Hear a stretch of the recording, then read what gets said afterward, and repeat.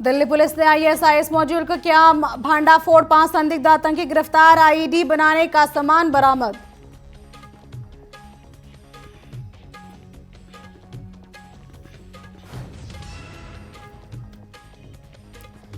नेपाल में हिंसा के बाद भारत अलर्ट, सिद्धार्थनगर बॉर्डर पर एसएसबी की सख्त निगरानी, शांति व्यवस्था बनाए रखने लोगों से की अपील।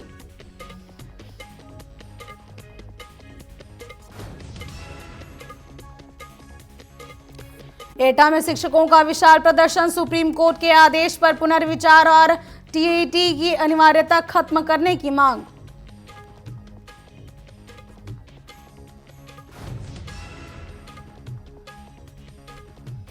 और बहराइच में अतिक्रमण पर चला बुलडोजर, दरगाह क्षेत्र से हटाई गई अवैध दुकानें, नगर पालिका परिषद ने लिया बड़ा एक्शन।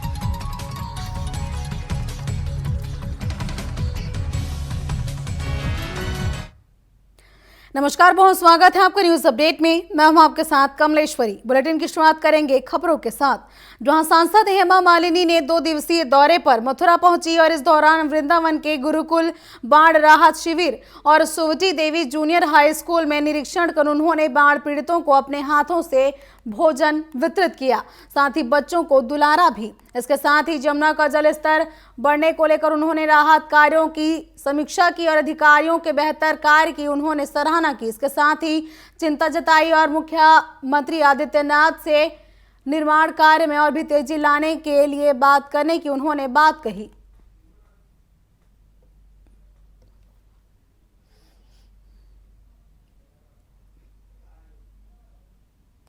का जो माहौल हुआ है ये बहुत दुख की बात है, लेकिन है ऐसा, we have to face it. हमें हर परिस्थिति का सामना करने का हमें शक्ति है और हमारे पूरे ऑफिशियल्स के ऊपर है। They are all doing a very wonderful job. Promptly, immediately, जैसे जैसे बाढ़ ऐसा आया और घर सब छोड़ना पड़ा लोगों को, सबको लेकर आकर ये इस कैंप में बिठाया है और इतना अच्छा व्यवस्था किया है कि बहुत ही अच्छा लगा।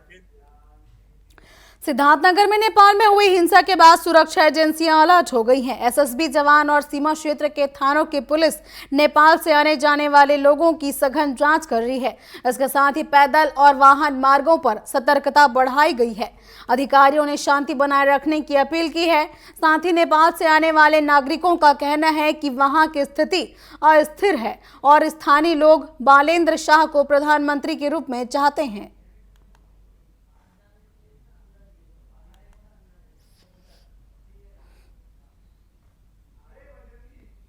अभी आप अपने देश से आ रहे हैं, क्या स्थिति है वहाँ की? वहाँ की अभी पहले से अभी अच्छा हुआ है। लगातार कितने दिनों से चल रहा है? 2-3 दिन से चल रहा है। किस बात को लेकर चल 2 रहा है? दिन चला। पहले दिन चला था जो स्टूडेंट लोग को बुरी तरह से गोली लगा। वहीं नेपाल में हिंसा भड़कने के बाद लखीमपुर खीरी के गौरी फाटा बॉर्डर पर सील कर दिया गया है। बता दें कि इंडो नेपाल सीमा पर सुरक्षा एजेंसियां अलर्ट मोड पर हैं और हालात पर कड़ी नजर रखी जा रही है। सीमा बंद होने से मालवाहक वाहनों की लंबी कतारें लग गई हैं। नेपाल से लौट रहे भारतीय नागरिकों की सख्ती से आईडी जांच की जा रही है और जांच के बाद ही प्रवेश की अनुमति दी जा रही है। सीमा क्षेत्र में भारी पुलिस बल की तैनाती कर प्रशासन हालात पर लगातार नजर बनाए हुए है।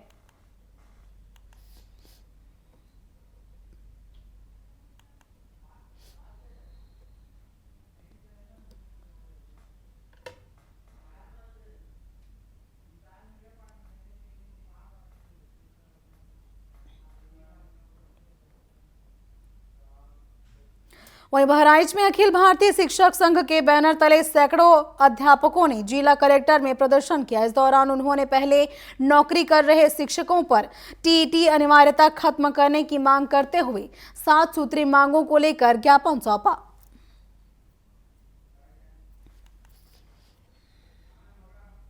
1 सितंबर 2025 को माननीय सर्वोच्च न्यायालय द्वारा एक आदेश पारित किया गया कि जो पूर्व से नियुक्त है उनको भी टीटी करना अनिवार्य होगा, जो पूर्णतया गलत है। उसके संबंध में हमने माननीय प्रधानमंत्री जी, माननीय केंद्रीय बेसिक शिक्षा मंत्री जी, माननीय मुख्यमंत्री जी, माननीय बेसिक शिक्षा मंत्री जी उत्तर प्रदेश और भारत सरकार से ये निवेदन किया है कि वो उचित न्याय शिक्षकों को दिलाने का कर्तव्य। अब खबर बहराइच से, जहां दरगाह क्षेत्र में नगर पालिका और सिटी मजिस्ट्रेट की टीम ने बुलडोजर से अवैध दुकानों और अतिक्रमण को हटाया। पहले अल्टीमेटम दिए जाने के बाद कार्रवाई के बीच रास्तों और डिवाइडर पर फैल अतिक्रमण को साफ किया गया।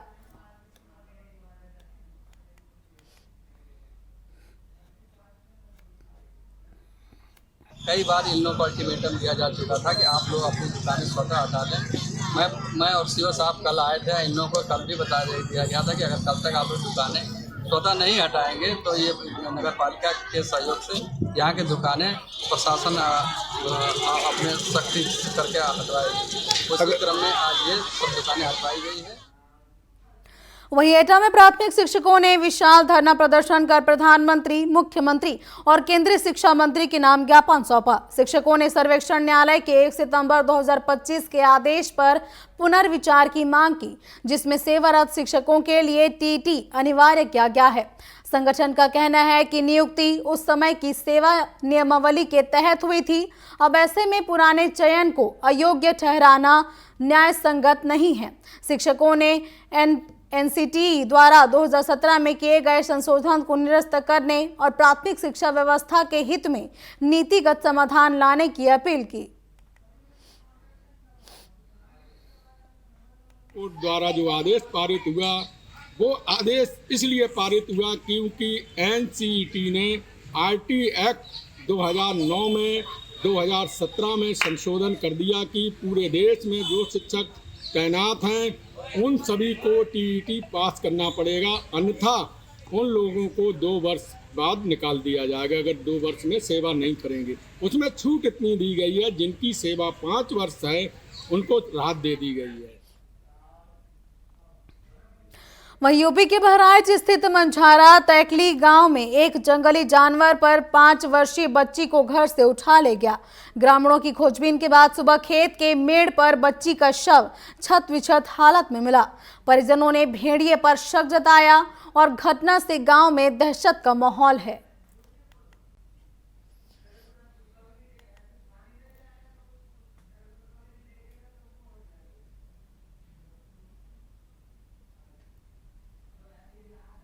क्या हुआ, इसकी मौत कैसे हुई है? इसके बाद भेड़िया ने आया और उसको उठा करके ले गया और गन्ना की दांती खाया उसने और उसको ढूंढा तो सवेरे 7 बजे मिली पुलिस के द्वारा।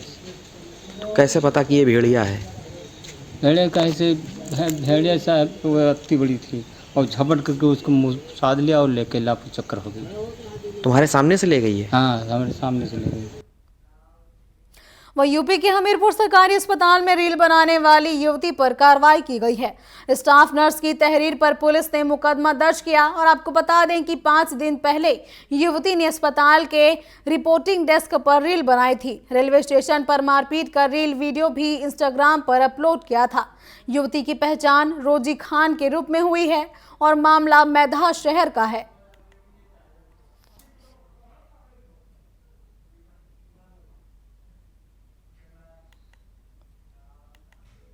रुक करते कानपुर का, जहां कानपुर देहात में भोगनीपुर पुलिस को बड़ी सफलता मिली है। यहां पुलिस ने अवैध हथियार के साथ 2 तस्करों को गिरफ्तार किया है। बता दें कि उनके पास से 32 बोर पिस्टल, 315 बोर देसी राइफल और 4 कारतूस बरामद किए गए हैं। दोनों अभियुक्तों को पूछताछ के बाद जेल भेज दिया गया है।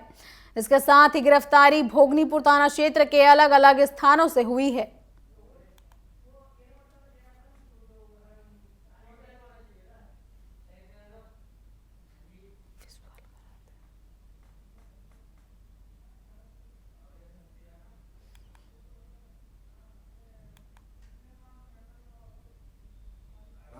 दो व्यक्तियों को अवैध असलहे के साथ गिरफ्तार किया गया है, जिसमें अभियुक्त ब्रजेंद्र सिंह सोनू के कब्जे से 1 अदद पिस्टल, 32 बोर, वो 2 कारतूस जिंदा बरामद हुआ है तथा अभियुक्त सुमित कुमार उर्फ सोनू के कब्जे से एक अदद देसी राइफल 315 बोर वो 2 कारतूस जिंदा बरामद हुआ है, जिन्हें गिरफ्तार कर विधिक कार्रवाई की जा रही है। वहीं बिजनौर के शेरकोट थाना क्षेत्र की खो नदी में नहाने गए 3 युवक तेज बहाव में डूब गए।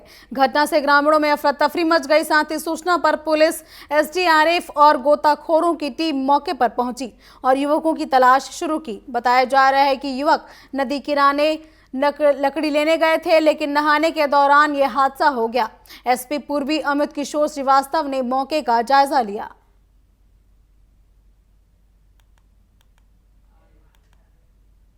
इनकी डूबने की सूचना मिली है।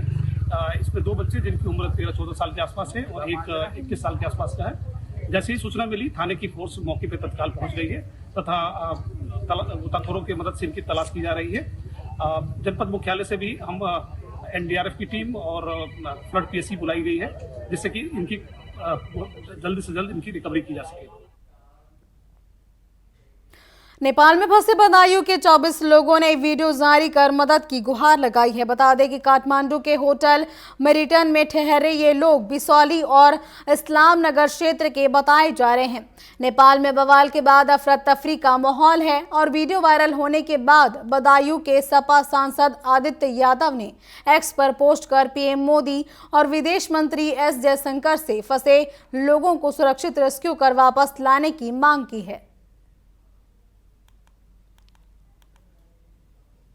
देने को कहा है, हमने सारे नंबर प्रफुल्स को दे दिए हैं। प्लीज, हम लोग नेपाल में फंसे हुए हैं। मेरे साथ कई सारे सिटीजन हैं, सीनियर सिटीजन कई लोग हैं, वो लोग बहुत बीमार हैं, परेशान हैं।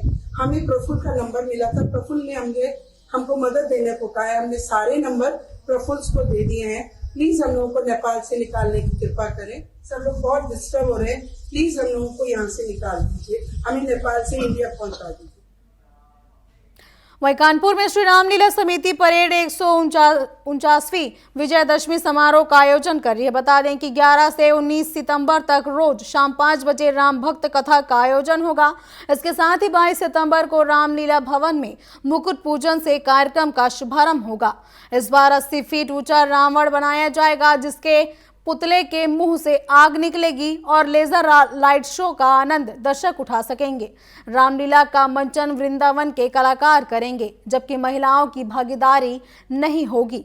जयपुर के सुप्रसिद्ध आतिशबाज आकाशीय ग्रीन आतिशबाजी करेंगे। साथ ही रावण दहन 2 अक्टूबर विजयदशमी के दिन होगा। इसके साथ ही गांधी जी का जन्मोत्सव भी मनाया जाएगा। समिति ने 150वीं विजयदशमी पर प्रधानमंत्री नरेंद्र मोदी के कानपुर आगमन की संभावना जताई है। सारा इको फ्रेंडली हमारा होगा और 149 वर्ष हो रहे हैं। जैसा मैंने अभी कहा है कि अगले 150वें वर्ष में हम चाहते हैं कि आप लोगों के सहयोग से प्रधानमंत्री जी को आप लाइए रामलीला के कानपुर के कार्यक्रम में, क्योंकि अगर 125वें साल की रामलीला का कार्यक्रम था लखनऊ में, वहाँ प्रधानमंत्री जी गए थे। तो मैं तो अपने रूप से सोसाइटी के रूप से प्रयास करूंगा, लेकिन अगर आप सब लोगों का सहयोग भी मिला तो शायद और अच्छा। इसके साथ न्यूज अपडेट में फिलहाल बस इतना ही। आप बने रहिए TV 24 के साथ। नमस्कार।